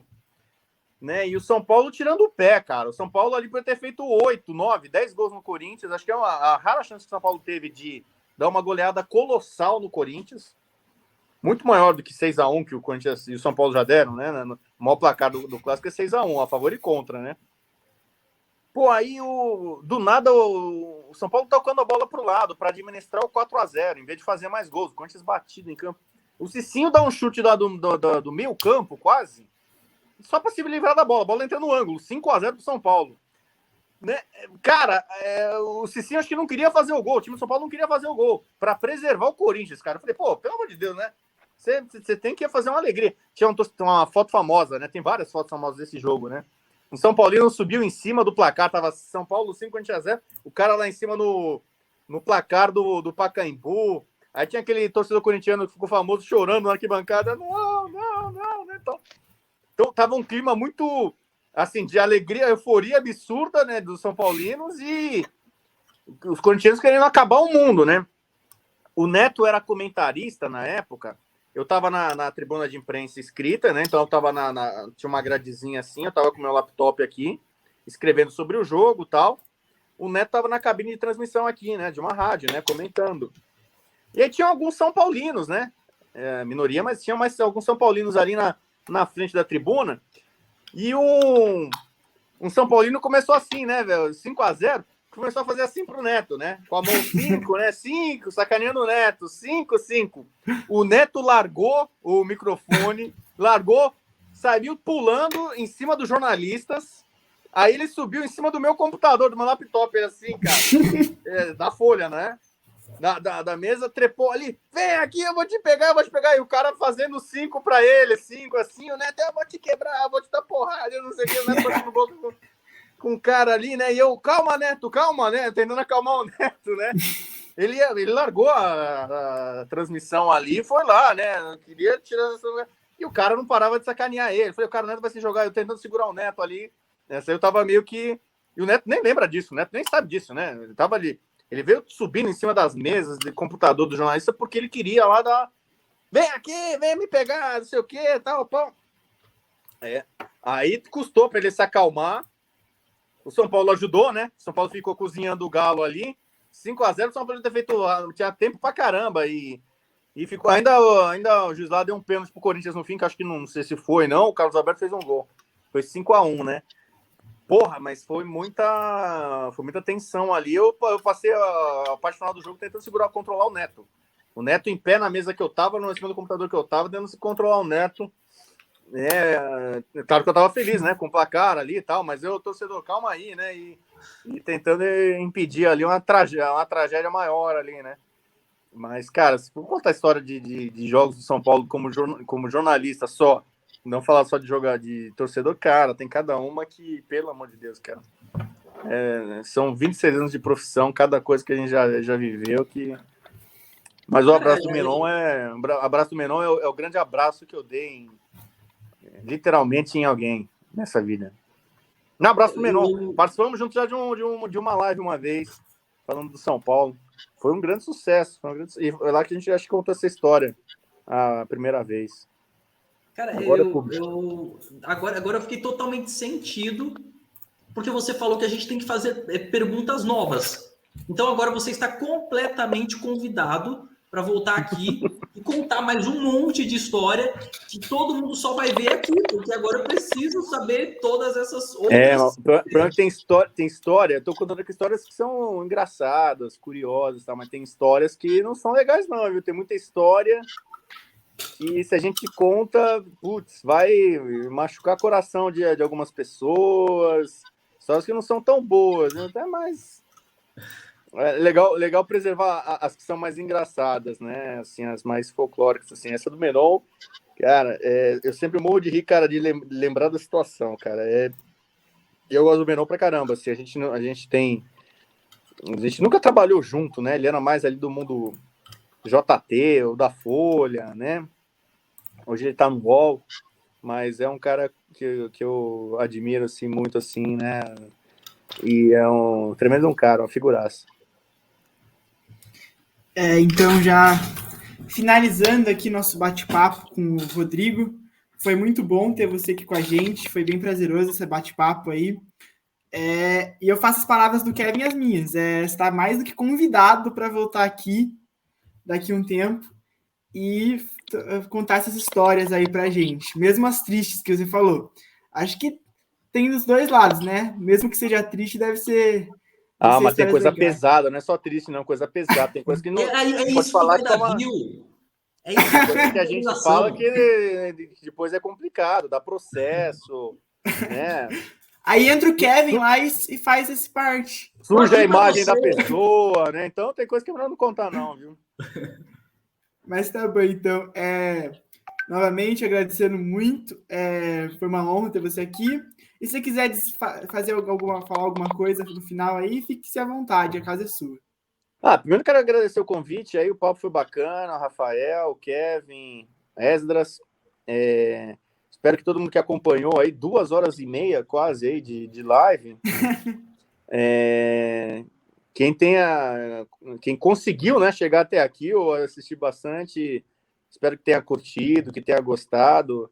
Tomara que muita gente possa ver e curtir o trabalho de vocês aí do Scout. E eu vou deixar meu contato, né? Eu ainda tenho essa mania de responder todo mundo que me escreve. Então, minhas mídias aí, quem quiser me encontrar, no Twitter é @RodrigoBuenoTV. Ainda não tenho o Twitter verificado. Eu fico numa luta com o Twitter ali. Meu Twitter era verificado quando era Rodrigo Bueno Fox. Mas aí eu voltei para a ESPN, mudei, né? Vai botar Rodrigo Bueno TV. Perdi a verificação e não consegui. Fico batalhando com o Twitter. Então sou eu mesmo, @Rodrigo Bueno TV no Twitter. No Instagram é verificado, Rodrigo Bueno Bubu. Facebook é verificado também, minha página profissional, Rodrigo Bueno Jornalista. E tem meu blog no site da ESPN, né, o blog do Rodrigo Bueno também, tá lá. Eu falo muito de futebol internacional, mas vira e mexe dou meus pitacos também sobre futebol nacional, inclusive sobre o São Paulo.